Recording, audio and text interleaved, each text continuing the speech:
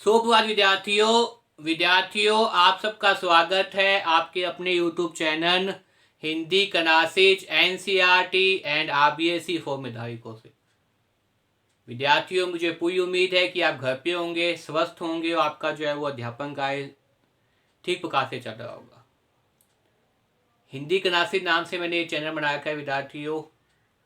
इस चैनल के अंदर आज से पहले मैंने कई प्रकार की वीडियो अपलोड की है, चाहे वो काव्य शास्त्र से संबंधित हो, चाहे वो विभिन्न परीक्षाओं से संबंधित हो। इसी क्रम के अंदर आज से मैं जो है वो नेट जो आपके एग्जाम होता है नेट का, या व्याख्याता भर्ती परीक्षा, कॉलेज व्याख्याता भर्ती परीक्षा, प्रथम श्रेणी, द्वितीय श्रेणी, हिंदी संबंधी जो भी पेपर होते हैं, कहने का अभिप्राय ये है उसमें सबसे महत्वपूर्ण चीज जो काव्य शास्त्र है, व्याकरण है, अपठित गद्यांश और पद्यांश है, उसके साथ साथ एक चीज जो आती है वो आती है हिंदी साहित्य का इतिहास। हिंदी साहित्य का इतिहास। क्या विद्यार्थियों? हिंदी साहित्य का इतिहास अपने आप में बहुत अच्छा साहित्य का इतिहास है। सबसे पहले किन्होंने लिखा हिंदी साहित्य का इतिहास, आगे आगे कौन कौन से कवि थे, उनके कौन कौन से ग्रंथ थे, उसके बाद में इतिहास देखने की पद्धतियाँ कौन कौन सी थी, उसके बाद आपको पता है किन किन कांडों का किन किन विद्वानों ने कैसे कैसे वर्गीकरण किया, सर्वमान्य मत क्या है, उसके बाद जो भी अपने हिंदी साहित्य के युग है मुख्य रूप से कितने माने जाते हैं, इससे संबंधित जिस भी जैसे भी मुझे समय मिलेगा प्रतिदिन एक एक वीडियो अपलोड करूँगा। तो विद्यार्थियों, अगर मेरे द्वारा बनाई वीडियो आपको पसंद आए तो इसे ज़्यादा ज़्यादा लाइक कीजिए, कमेंट कीजिए, शेयर कीजिए। विद्यार्थियों, अगर आप चैनल पर नए हैं तो चैनल को सब्सक्राइब कर लीजिए और खूब मन लगा कर पढ़िए। इससे पहले काव्य शास्त्र में रस, अलंकार, शब्द शक्ति कई वीडियो बना के अपलोड किए मैंने, और जिन्होंने भी वीडियो देखी है उन्हें को पता है कि मेरे पढ़ाने का उद्देश्य एक ही होता है वीडियो बनाने का, कि आपको साथ साथ में चीज़ें याद हो। तो इसी क्रम के अंदर आज से हम शुरू कर रहे हैं हिंदी साहित्य का इतिहास।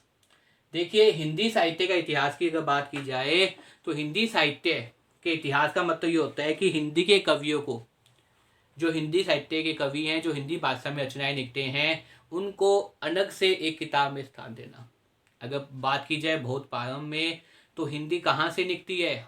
संस्कृत भाषा से हिंदी का उदय हुआ है। पहले हिंदी भाषा किसमें पढ़ी जाती थी? संस्कृत भाषा में ही पढ़ी जाती थी।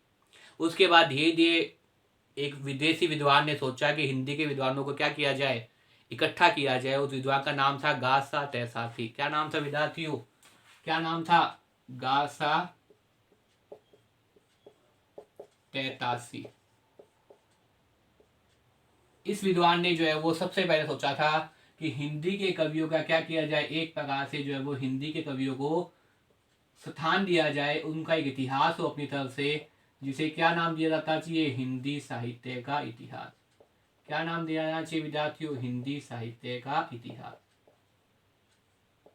इन्होंने अपनी जो किताब थी, ये कहाँ से थे? ये जो गासा से आती थे, ये क्या थे? वही फ्रेंच विद्वान। और फ्रेंच विद्वान का मतलब कहाँ से थे? फ्रांस भाषा के थे। कहाँ के थे विद्यार्थियों? फ्रांस भाषा के थे। इसलिए अपनी रचना किसमें करते थे? ये अपनी रचना जो है वो फ्रेंच भाषा में करते थे। फ्रेंच भाषा के कवि थे। उन्होंने क्या किया था? सबसे पहले जो है वो हिंदी साहित्य का इतिहास लिखने का काम प्रारंभ किया था। गाता तैतासी आपको नाम याद रखना है, जो वास्तव में क्या थे? फ्रेंच विद्वान थे। इन्होंने फ्रेंच विद्वान होते हुए भी हिंदी के कवियों के बारे में सोचा, और सर्वप्रथम ये सोचा कि एक ऐसी किताब का निर्माण किया जाए जिसके अंदर क्या है? हिंदी के कवि हो, जिसे क्या नाम दिया जाए? हिंदी साहित्य का इतिहास। इनकी जो किताब था, इनके जो ग्रंथ का नाम था वो था इस्तीवा देना नितेच एंदुए ए हिंदुस्तानी। आपको याद होना चाहिए, इस्तीवा देना नितेच एंदुए ए हिंदुस्तानी। इनके जो ग्रंथ का नाम क्या था? इस्तीवा देना नितेच एंदुए ए हिंदुस्तानी। उन्होंने कुछ हिंदी के कवियों को स्थान दिया, साथ में उर्दू के कवियों को स्थान दिया। इस प्रकार से जो है वो उन्होंने हिंदी साहित्य का इतिहास लिखना प्रारंभ कर दिया। इसके बाद भिन्न भिन्न विद्वान आए। भिन्न भिन्न विद्वानों ने क्या किया? अपनी तरफ से क्या किया? हिंदी के विद्वानों के बारे में रिसर्च की, चाहे मिश्र बंधु हो, चाहे वो आचार्य रामचंद्र शुक्ल हो, शिवा सेंगर हो, चाहे वो आपके सामने जो है वो डॉक्टर नगेंद्र हो, या आपके सामने आचार्य हजाई प्रसाद द्विवेदी हो। बहुत से कवि हैं बहुत से विद्वान कवि हैं जिन्होंने हिंदी भाषा का वर्गीकरण किया अपने हिसाब से, उसका अपने हिसाब से जो है वो ग्रंथ लिखे हैं, उनके इतिहास किताबों के नाम है जो अपने साथ साथ में पढ़ेंगे। सबसे पहले मैं बताता हूँ विद्यार्थियों कि हिंदी साहित्य का इतिहास लिखने के बाद में एक सामान्य मत हमारे सामने प्रस्तुत होता है। उस सामान्य मत के अंदर जो हिंदी साहित्य का इतिहास है उसे मुख्य रूप से कितने भागों में बांटा जाता है? मुख्य रूप से अगर बात की जाए तो उसे कितने भागों में बांटा जाता है? आदि कांड 4 भागों में बांटा जाता है। कितने भागों में बांटा जाता है विद्यार्थियों? 4 भागों में बांटा जाता है। किसको बांटा जाता है विद्यार्थियों? हिंदी साहित्य के इतिहास को मुख्य रूप से एक कह देते हैं सामान्य मत के रूप में 4 भागों में क्या है भाई? बांटा जा सकता है। कितने भागों में बांटा जाता है? 4 भागों में बांटा जा सकता है। एक सामान्य मत एक तरह से जो है वो कितनी किताबें जिनका मैं बाद में विस्तार से दिखाऊंगा। आज एक सामान्य मत रूप में देखें तो हिंदी साहित्य के इतिहास को मुख्य रूप से क्या है? 4 भागों में बांटा जा सकता है। कितने भागों में बांटा जाता है? 4 भागों में। उन भागों के नाम याद कर लीजिए। सबसे पहले क्या है? आदि कांड। उसके बाद में जो आपके सामने युग आता है, कांड आता है, एक अवधि होती है, वो है भक्ति कांड। उसके बाद में जो एक युग आता है वो आता है आपके सामने रीति कांड। रीति कांड के बाद जो अंतिम जो हमने कहते हैं वो कहते हैं आधुनिक कांड। क्या कहते हैं विद्यार्थियों? आधुनिक कांड। तो देखिए इस प्रकार से आपने देखा कि हिंदी साहित्य के इतिहास का जो सामान्य मत है वो क्या है? 4 है। सबसे पहले आदि कांड, उसके बाद में भक्ति कांड, उसके बाद में रीति कांड, रीति कांड के बाद में क्या है? आधुनिक कांड। ये एक मुख्य मुख्य वर्गीकरण जिसपे अधिकांश विद्वान क्या है? सहमत हो गए थे कि हाँ हिंदी के भागों को, हिंदी साहित्य के इतिहास को हम 4 भागों में बांट सकते हैं। आदि कांड, और कांड का मतलब क्या होता है? देखिए इनको याद कर लीजिए साथ साथ में।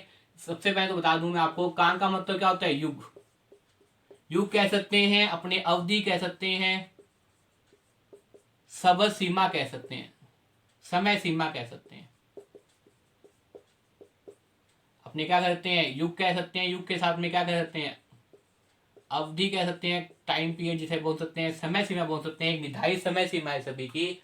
ऐसी बात नहीं है कि यहाँ पे जो है वो परिपाठी। आदि का मतलब क्या होता है? देखिए सबसे पहले तो हिंदी साहित्य का इतिहास लिखना है कौन से विद्वान से? सबसे पहले विद्वान का बात की जाए तो गाथा क्रांति थे। उनके ग्रंथ का नाम क्या था? इस्ती वैदना नितेचर एंदुए ए हिंदुस्तानी।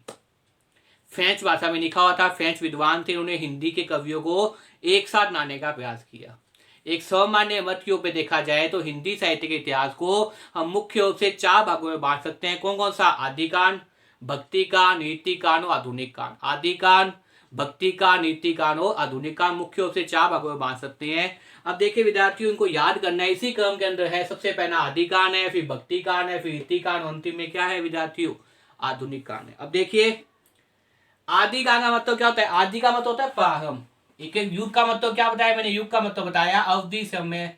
युग का मतलब, कांड का मतलब क्या होता है? युग, अवधि, समय सीमा। तो आदि का मतलब यहाँ पे क्या है? आदि का मतलब होता है प्रारंभ। अगर बात की जाए आदि की तो आदि का मतलब क्या होता है? आदि का मतलब होता है प्रारंभ। कोई भी चीज प्रारंभ करते हैं तो उसका नाम क्या है? आदि रखते हैं। तो आदि कांड मतलब, आदि कांड का मतलब क्या है? आदि युग। आदि युग का मतलब प्रथम युग। प्रथम युग कौन सा था? आदि कांड।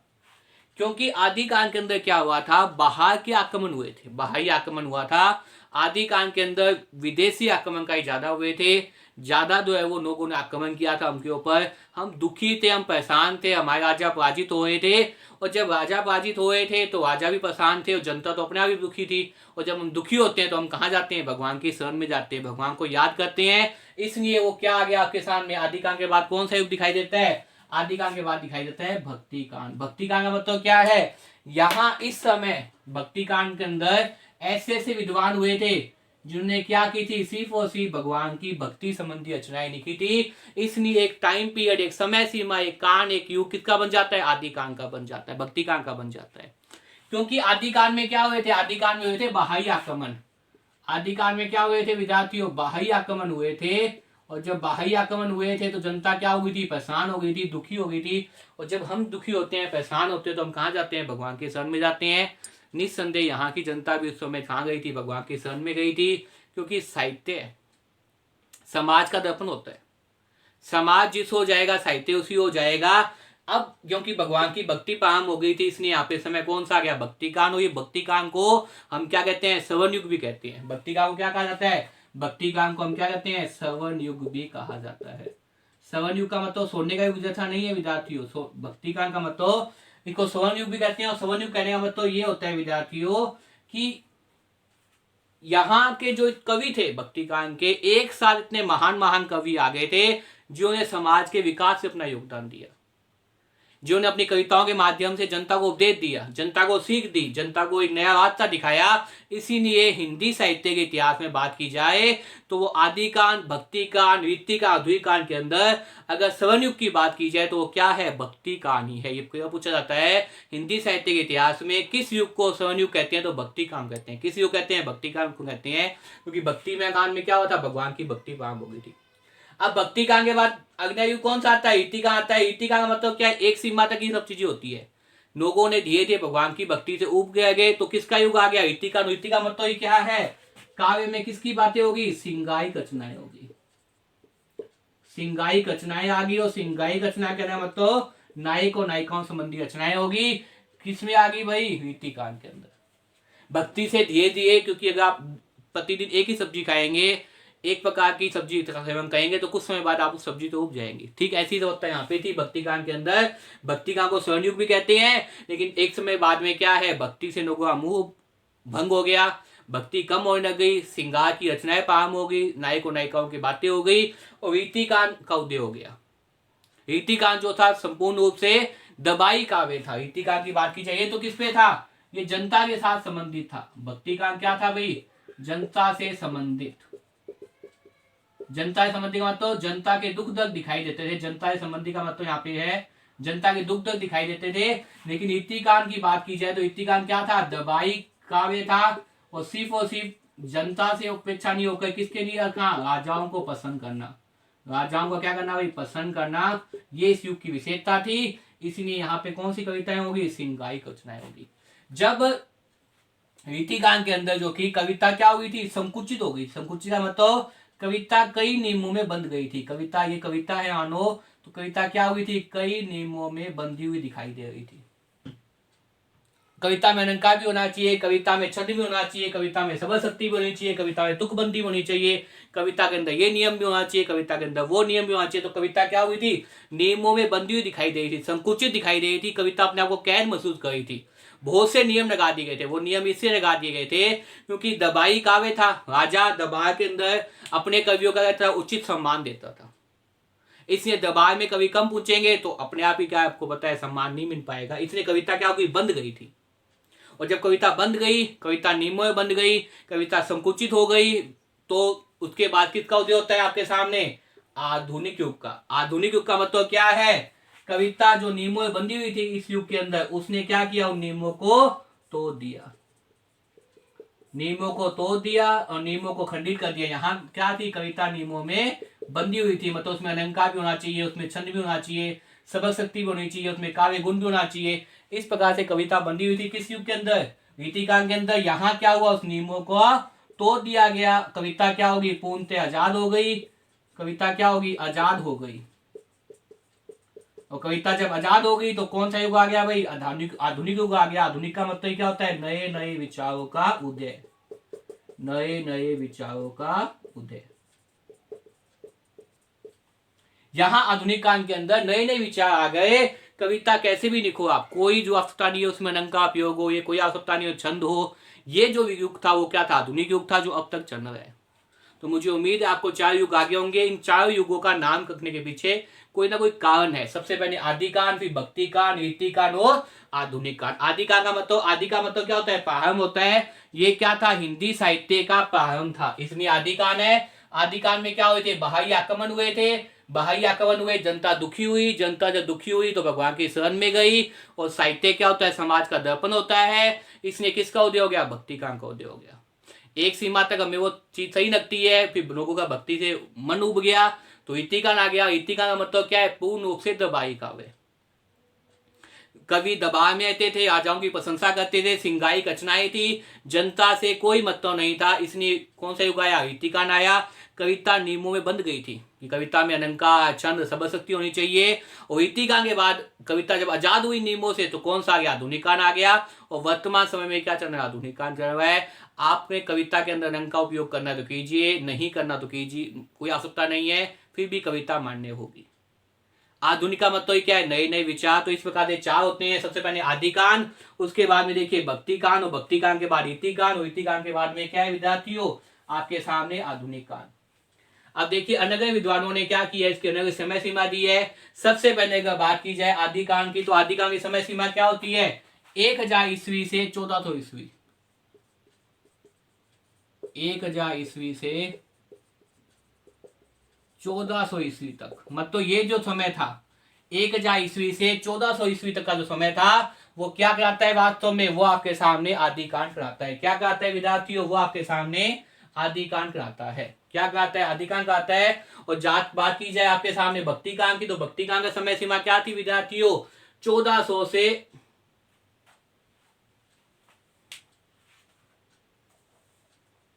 1400 से क्या थी विद्यार्थियों? 1700 तक क्या थी। इसके बाद की बात की जाए भक्ति कांड, भक्ति कांड की समय सीमा क्या थी? वो थी विद्यार्थियों 1400 ईस्वी से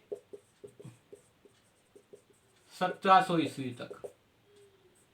कहने का अभिप्राय यह है कि 1400 से जो 1700 ईस्वी थी, उस समय का युग था। उस समय किसकी बातें होती थी? भक्ति की बातें होती थी, ज्यादातर रचनाएं। तो इसलिए क्या कहा है? भक्ति कांड बनाया। और भक्ति कांड को क्या कहते हैं? स्वर्ण युग भी कहते हैं। इस समय की यदि के अंदर इतने इतने महान कवि एक साथ आ गए थे समाज के अंदर, जिन्होंने क्या किया? समाज की भलाई के लिए काम किया। किसके लिए काम किया विद्यार्थियों? समाज की भलाई के लिए काम किया। समाज की भलाई के लिए काम किया। तो इसकी अवधि क्या है? 1400 ईस्वी से 1900 ईस्वी तक का समय वो क्या कहता है? भक्ति कांड कहता है। उसके बाद अगर बात की जाए तो रीतिकांड की, तो रीतिकांड की समय सीमा क्या है विद्यार्थियों? 1700 से 1900 ईस्वी जो समय था वो क्या कहता है विद्यार्थियों? वो आपके सामने रीतिकांड आता है। क्या कहता है विद्यार्थियों? रीतिकांड आता है। वो 1900 से लेकर अब तक का समय, 1900 से लेकर वर्तमान काल तक का जो समय है, वो क्या कहता है विद्यार्थियों? वो आपके सामने आधुनिक काल आता है। उसके बाद आधुनिक काल के फिर से आगे भाग हो जाते हैं। भारतेंदु युग, द्विवेदी युग, छायावाद युग, प्रयोग प्रगतिवादी, प्रयोगवादी, नई कविता, साथोती कविता, नवलेखन, उपन्यास, से जो आगे वर्गीकरण चलता रहता है। लेकिन मुख्य रूप से देखा जाए तो हिंदी साहित्य के इतिहास को मुख्य रूप से मोटे रूप से 4 भागों में बांट सकते हैं। सबसे पहले आदिकांड, आदिकांड के बाद भक्ति कांड, भक्ति कांड के बाद रीतिकांड, रीतिकांड के बाद आधुनिक कांड। आदिकांड की समय सीमा 1000 ईस्वी से 1400 ईस्वी, भक्ति कांड की 1400 1700 ईस्वी, रीतिकांड की 1700 से 1900 ईस्वी, आधुनिक कांड की 1900 से अब तक। ये जो कांड का नाम रखा गया इसके पीछे भी कांड है। आदि कांड के अंदर बाह्य आक्रमण हुए, जनता का विश्वास भक्ति पे गया तो भक्ति कांड आ गया। एक सीमा के बाद भक्ति से विश्वास उठ गया, जनता का ध्यान मनोरंजन की तरफ गया तो रीतिकांड आ गया। रीतिकांड के अंदर कविता क्या थी? नियमों में बंध गई थी। कविता जब आजाद हुई नियमों से तो आधुनिक कांड आ गया। आधुनिक का मतलब ही क्या होता है? नए नए विचार। जब कविता में नए नए विचार आए तो किसकी उत्पत्ति होगी विद्यार्थी? आधुनिक कांड की होगी। तो मुख्य रूप से जो विद्वान है हिंदी साहित्य के, मुख्य रूप से क्या है? कितने बांटों में बांधते हैं? ज्यादातर विद्वान हिंदी साहित्य के इतिहास को 4 भागों में बांधते हैं। उन 4 भागों के नाम आपको याद होने चाहिए। आदिकांड, भक्ति कांड, रीतिकांड और आधुनिक कांड। इनका क्रम भी ऐसे ही है। सबसे पहले आदिकांड आएगा, उसके बाद भक्ति कांड आएगा, भक्ति कांड के बाद रीतिकांड आएगा, रीतिकांड के बाद आधुनिक कांड आएगा। इनकी समय सीमा भी इस प्रकार से है। 1000 ईस्वी से 1400 ईस्वी, 1400 ईस्वी से 1700 ईस्वी, 1700 ईस्वी से 1900 ईस्वी, 1900 ईस्वी से अब तक का जो समय है, मतलब आज तक अगर हम बात करें वर्तमान समय तक 2021 तक अगर बात की जाए तो क्या माना जाएगा? 1900 से लेकर 2021 तक समय जो चल रहा है वो किस में आएगा? वो आधुनिक कांड के अंदर आएगा विद्यार्थियों। तो मुझे उम्मीद है आपको इस प्रकार से हिंदी साहित्य के इतिहास के मुख्य मुख्य जो नाम याद हो गए होंगे। आदि कांड, भक्ति कांड, रीति कांड और आधुनिक कांड। समय सीमा याद होगी 1000 से 1400, 1400 से 1700, 1700 से 1900, 1900 से आज तक का समय वो क्या कराता है आपके सामने, आधुनिक काल के रूप में कहता है। सबसे पहले जो हिंदी साहित्य के इतिहास को लिखने वाले विद्वान है वो कौन से, गासा तहसाती से। उनका जो ग्रंथ का नाम है वो क्या है, इस्तीवा देना निटेचर एंदुए ए हिंदुस्तानी। वही गासा तहसाती कहाँ के थे, फ्रेंच के थे, फ्रांस के थे, इसलिए फ्रेंच विद्वान कहते हैं विद्यार्थियों मुझे उम्मीद है इस प्रकार से आपने आज से जो हिंदी साहित्य के इतिहास के बारे में जो आपके 4 युग है, आदिकाल, भक्तिकाल, नीतिकाल, आधुनिकाल, वो आपको समझ में आ गए होंगे, आपको समय सीमा भी याद होगी। तो विद्यार्थियों अगर मेरे द्वारा बनाई वीडियो आपको पसंद आए तो इसे ज़्यादा लाइक कीजिए, कमेंट कीजिए, शेयर कीजिए। विद्यार्थियों अगर आप चैनल पर नए हैं तो चैनल को सब्सक्राइब कर लीजिए, क्योंकि मुझे प्रतिदिन जो है वो हिंदी साहित्य संबंधी कोई ना कोई वीडियो आपको मिल जाएगी। अगर आप चैनल को सब्सक्राइब कर लेंगे तो तुरंत आप तक क्या पहुंच जाएगा, नोटिफिकेशन मिल जाएगा। घर पे रहिए, स्वस्थ रहिए, खूब मन लगा कर पढ़िए विद्यार्थियों। बार बार वीडियो को देखिए, याद करने का प्रयास कीजिए, क्योंकि पढ़ाने का एक ही उद्देश्य है कि आपको साथ साथ में याद हो। धन्यवाद।